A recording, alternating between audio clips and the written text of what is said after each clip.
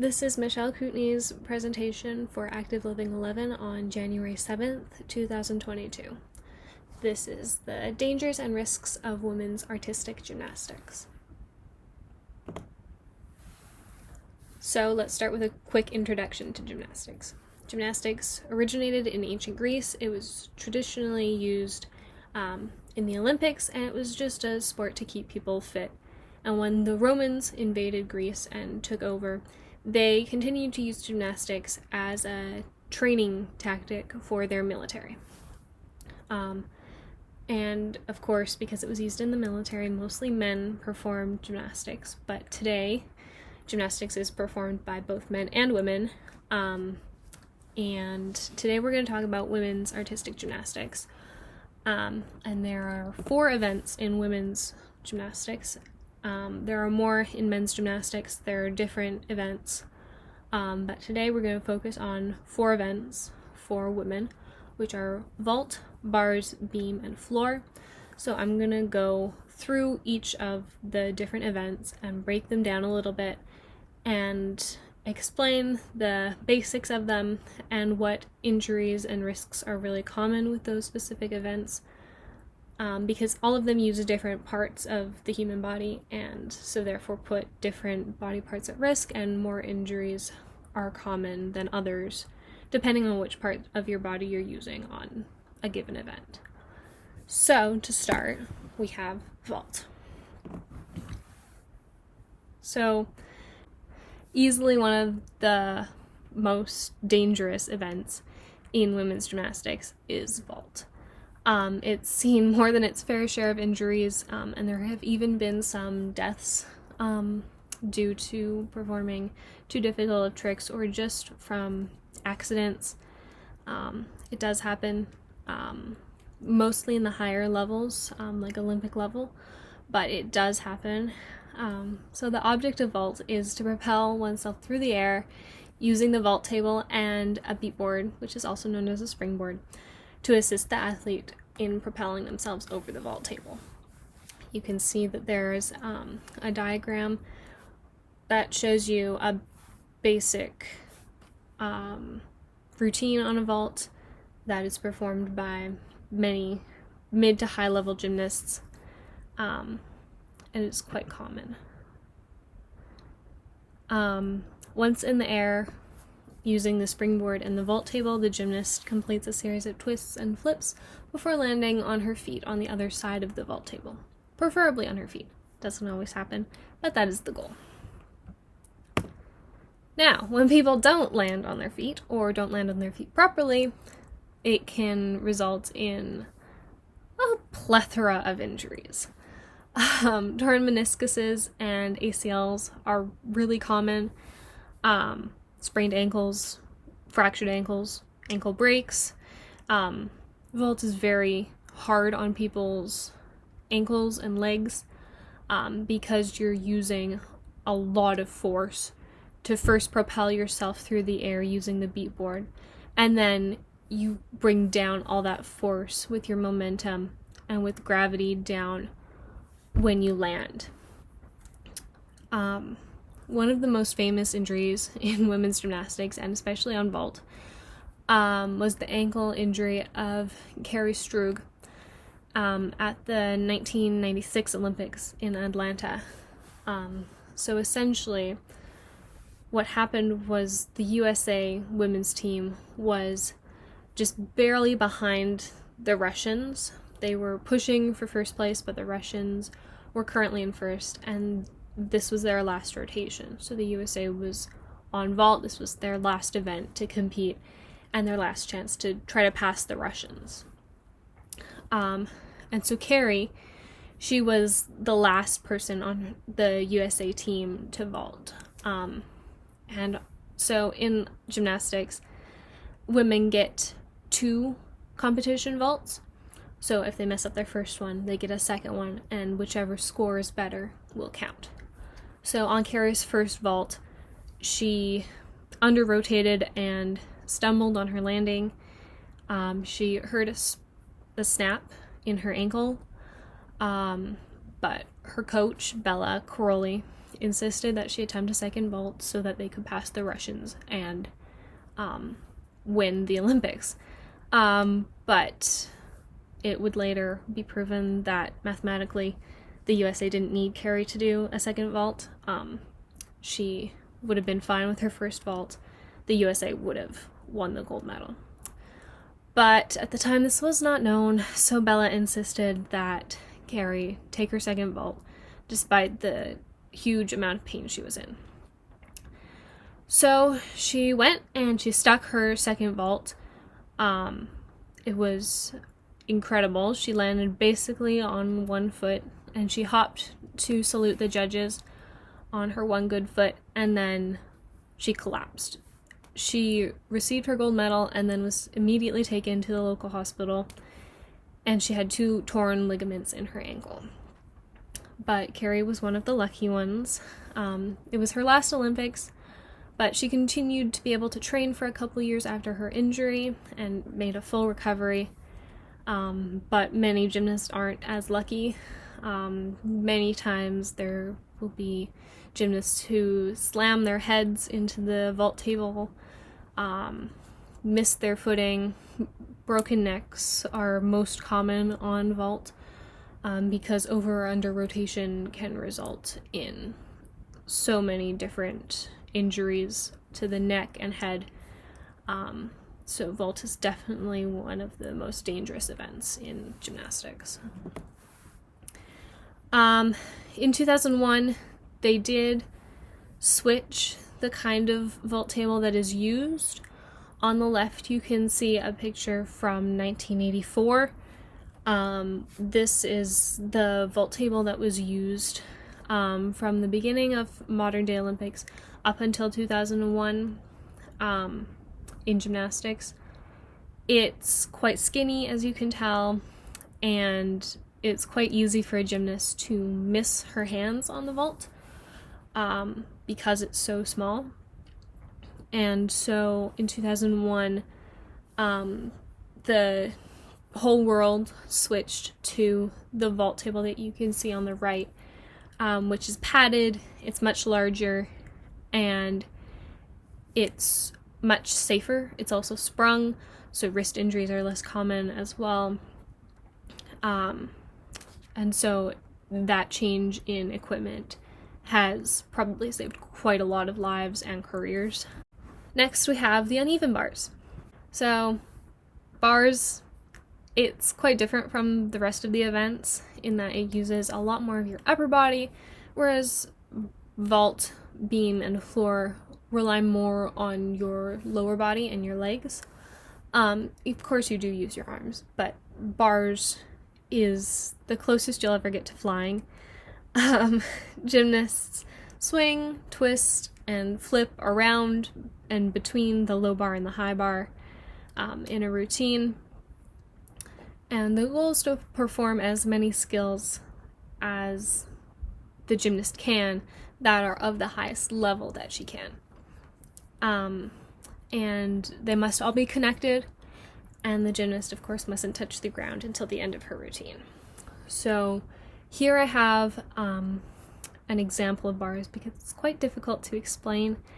So here for you I have the 2012 London Olympics women's bar final. This is Beth Tweedle, and she won bronze at this Olympics with this routine.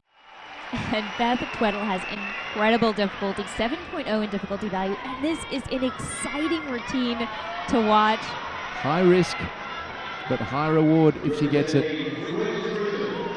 And the nation crosses its fingers and toes and hopes that Beth Tweddle can nail it. She has a beautiful toe on Tkachev half, named after her. Gets full spin. Oh, beautiful combination. Right here. Oh, this is looking so good. It's spectacular.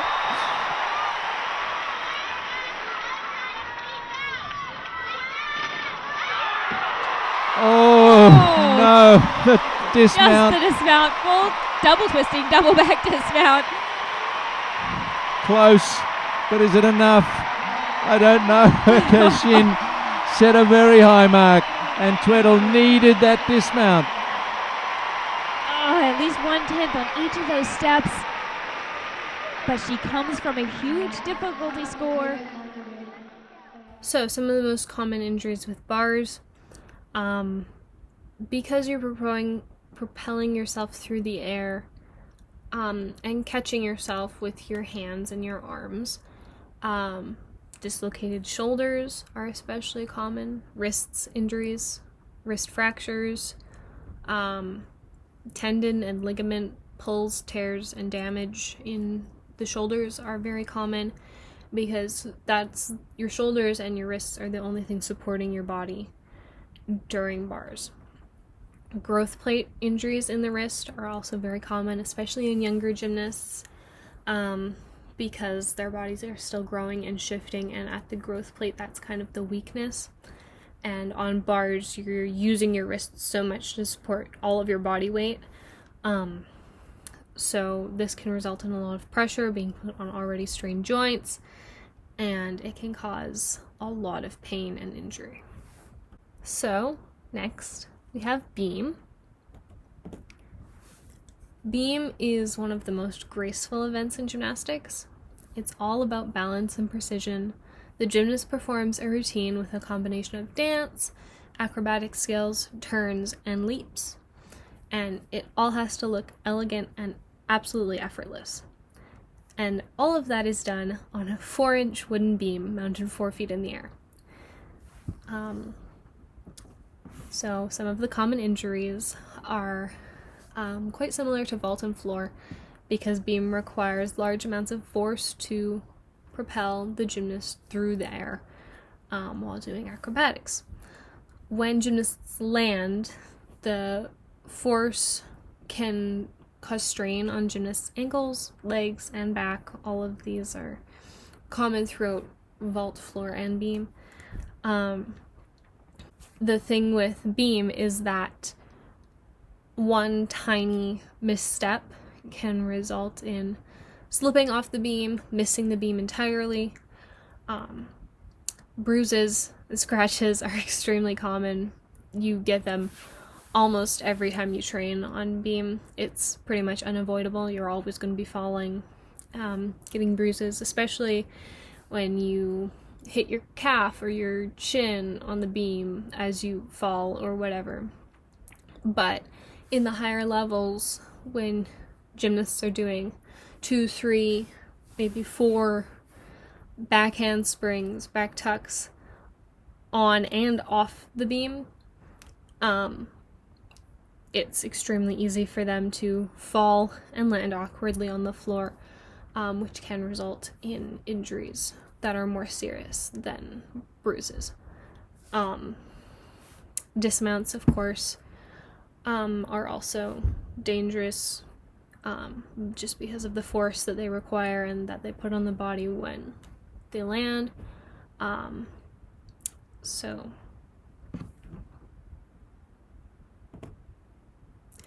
last but not least is floor.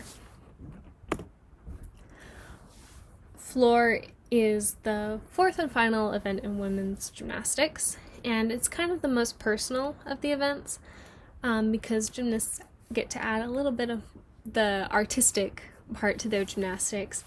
They get to choose their music, and they work with a choreographer to create the choreography that they use in their routines. And combined with the choreography are, of course, tumbling lines, skills, turns, leaps, and all of the technical stuff that has to be involved as well.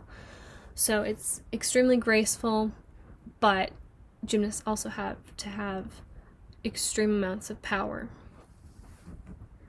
The floor itself is sprung, so that does offer a bit of assistance to the gymnasts, but they still use immense amounts of power to propel themselves in the air and twist and spin and do all the crazy things.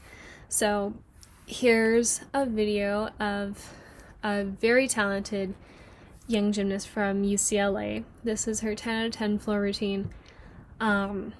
Just so you can get an idea of what floor looks like, because it's quite unique and really fun to watch.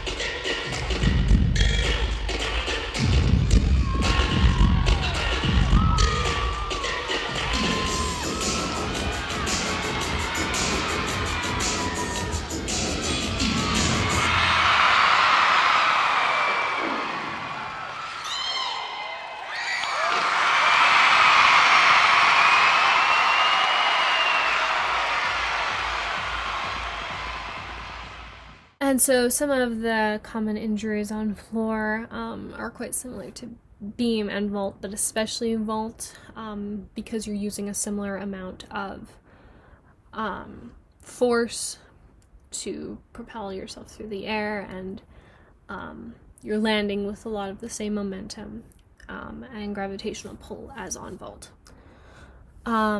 So again, legs, feet, back, spine, all of those are very common places for injuries to occur on floor. Ankle sprains and breaks, ACL and meniscus tears, wrist sprains, wrist breaks, wrist fractures, all of those are super common because the gymnasts build up so much momentum and force during their tumbling lines. And it can just sometimes lead to too much strain on the body when it lands, and all the force and momentum built up have to go somewhere. And sometimes the body just can't take that much strain. Samantha here, you can see her picture on the left.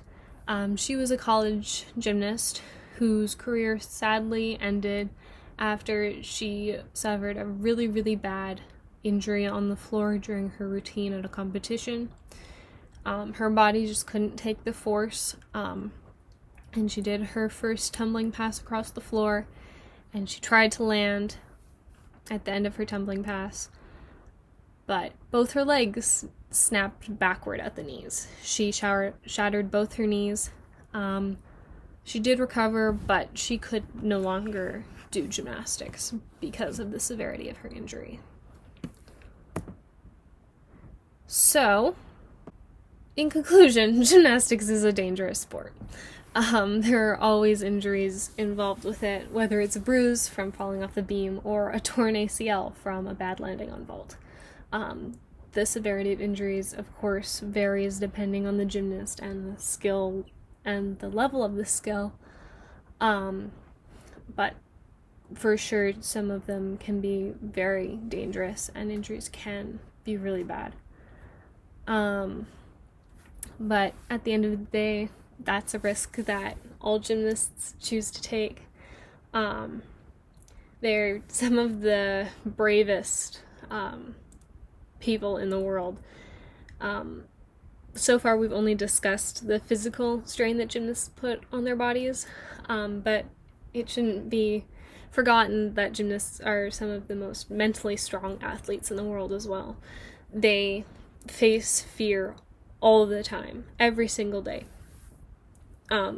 They learn from a very young age how to overcome mental blocks and fear, because without doing that, they can't progress in their sport. There are always things gymnasts are scared of, and So they learn very quickly that they have to find ways to get around that fear. Otherwise it will hold them back, not only in gymnastics, of course, but also in life. So that is an advantage that they definitely have over a lot of people in life. And yeah, that's about it. They are pretty amazing athletes, and their sport is definitely one of the most dangerous, but if they can do that, I think they can do just about anything.